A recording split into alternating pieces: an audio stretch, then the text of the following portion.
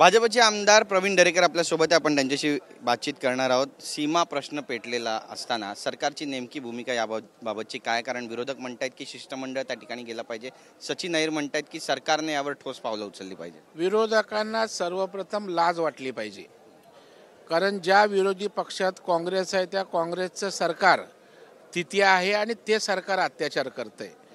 त्याच्यामुळे आपलं सरकार अत्याचार करतंय आणि पुन्हा नाकाने कांदे सोलून वरना त्या ठिकाणी बोलायचं ही त्यांची प्रवृत्ती आहे. आपण बघाल इथे फडणवीस सरकार महायुती सरकार आहे म्हणूनच नाही, तर या राज्यामध्ये कुठलंही सरकार असलं तरी सीमावासियाच्या बाजूनीच महाराष्ट्राचं सरकार राहिलेलं आहे.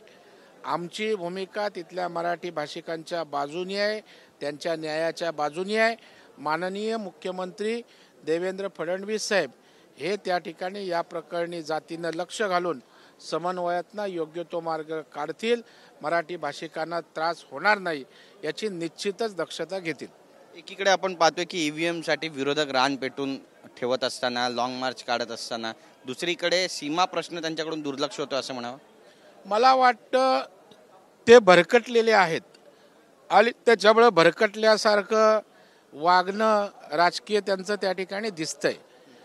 इश्यूज कोणते, प्रश्न कोणते, लढलं पाहिजे कशावर, यापेक्षा काहीतरी नॉन इश्यूला इश्यू करायचं आणि जनतेच्या मनात आमच्या माहितीच्या विषयी काही प्रतिमा मलिन करण्यासंदर्भात करता येतंय का, असा केविलवाना प्रयत्न सुरू आहे.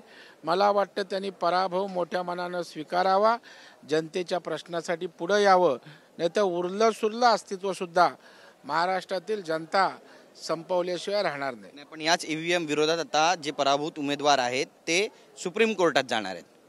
नाही, मला वाटतं शेवटी लोकशाहीमध्ये जे आपल्याला व्यासपीठ न्याय मागण्यासाठी आहेत त्या सर्व ठिकाणी जाण्याचा प्रत्येक नागरिकाला अधिकार आहे, त्याप्रमाणे ते जाऊ शकतात.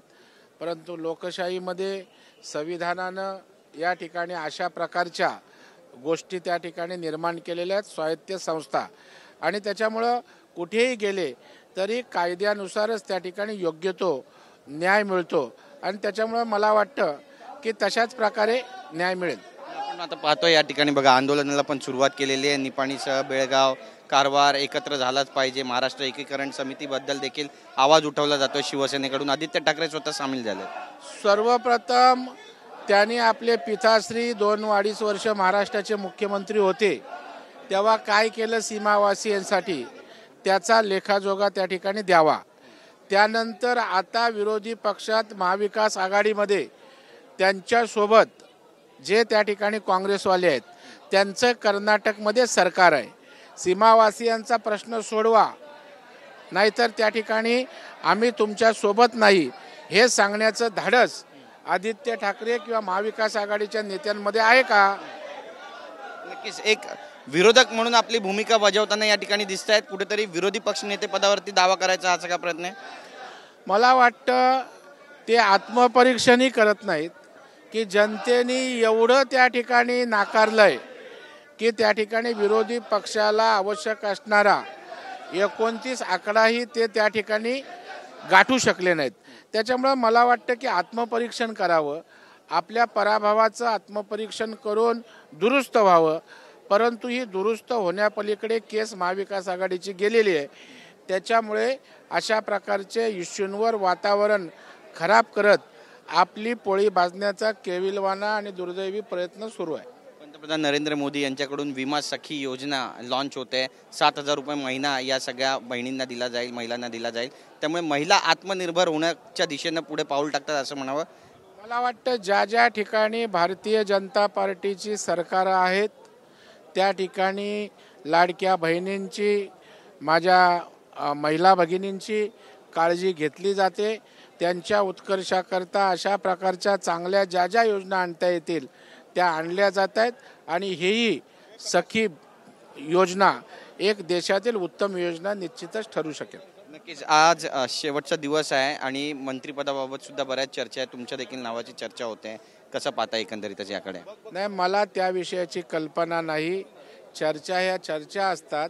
या संदर्भामध्ये मुख्यमंत्री, महायुतीचे 3 नेते आणि आमचे वरिष्ठ पक्षाचं केंद्रीय नेतृत्व अंतिम निर्णय घेत असते. त्याच्यामुळं तो विषय माझ्या पातळीवरचा नाही, चर्चा तर होतच असतात. राहुल नार्वेकर यांची जी नियुक्ती होते याला ठाकरे गटाचा विरोध होतोय आणि ठाकरे गटांनी विरोध दर्शवला, एकंदरीतच कसं पाहता याकडे? मला वाटतं ठाकरेंना विधिमंडळाच्या कामकाज किंवा सरकारी कामकाजामध्ये रसच घ्यायचा नाही. कारण जे उद्धवजी ठाकरे साहेब 2-2.5 वर्ष मुख्यमंत्री होते ते मंत्रालयात कधी आलेच नाहीत. मंत्रालयात बसून कारभारच त्या ठिकाणी केला नाही आणि त्याच्यामुळे विधिमंडळात सहभाग होण्यासाठी आपण येत असतो, परंतु विधिमंडळात सहभाग घ्यायचा नाही, बाहेर येऊन गोंधळ करायचा. याचा अर्थ त्यांना या ठिकाणी संविधानिक जी व्यासपीठ आहेत ती नको आहेत. त्यांना केवळ बोंबाबोंब करायची, नौटंकी करायची आणि आपल्याला राजकारण करता येतंय का अशा प्रकारचा प्रयत्न त्यांचा सुरू आहे. आता विधानसभेला लोकांनी त्या ठिकाणी जागा दाखवले, त्यातनं दुरुस्त होण्याऐवजी पुन्हा त्याच जुन्या नौटंकी सुरू आहेत. धन्यवाद आमच्याशी बातचीत केल्याबद्दल. कॅमेरा पर्सन खंडू राजचा, गिरीश गायकवाड, TV9 मराठी, मुंबई.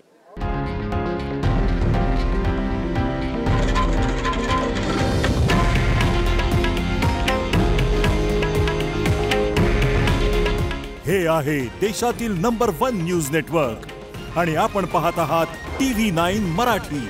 काळजी तुमची, हित महाराष्ट्राचं.